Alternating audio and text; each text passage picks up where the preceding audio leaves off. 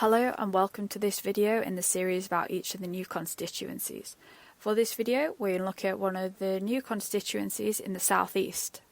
In this short video we will look at the details on the new constituency, how this new one is formed, the previous results, the 2019 results, current candidates, and make predictions with different levels of how bad of a day it might be for the Conservatives. Please comment below for anything you'd like to see and subscribe to our channel to see new updates that we'll do and discussion videos as the election gets closer.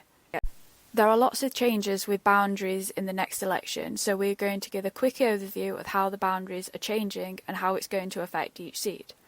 Only 65 seats, or 10% of the seats, are staying the same, so here we're going to compare how the new seat compares to the main one that is replacing.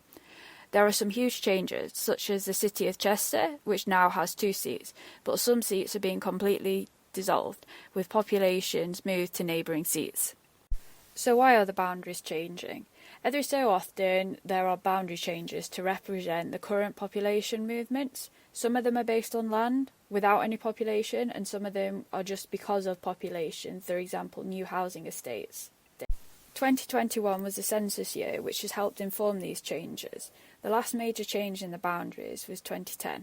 Now let's look at some of the details about the constituency. There are 8 regions in England, with Scotland, Wales and Northern Ireland on a country basis.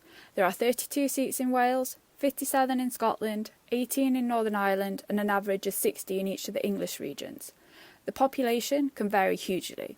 The highest is nearly 152,000, which is in Birmingham Ladywood, while the lowest is less than 27,000, which is in the Western Isles of Scotland, which also has the lowest electorate at 21,000.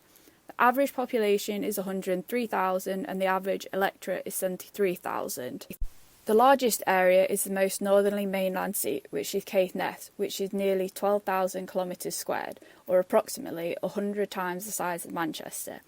The average is 380, while the smallest is only 6.8. The average percentage of the 16 to 49-year-olds is 41%, with the highest in Leeds Central and the lowest in North Norfolk, which also has the highest 65+. The average 65+ is 38%, with the minimum at 15%, which is in the area around Canary Wharf. Density averages nearly 1,400, with the highest in Bethnal Green and the lowest in Caithness. This constituency has a boundary change. This constituency is affected by a boundary change. Because of this, we now have populations from multiple old seats. These percentages are based on population, not land. When we're looking at the winner in 2019, it's a bit more relevant for the seats that are now made up from multiple old seats. Nevertheless, this is the result from 2019, with the winner and whether the seat was held or it changed. Here are the winning party and those that came second, and also the majority. The size of the majority is key when considering how this seat might change.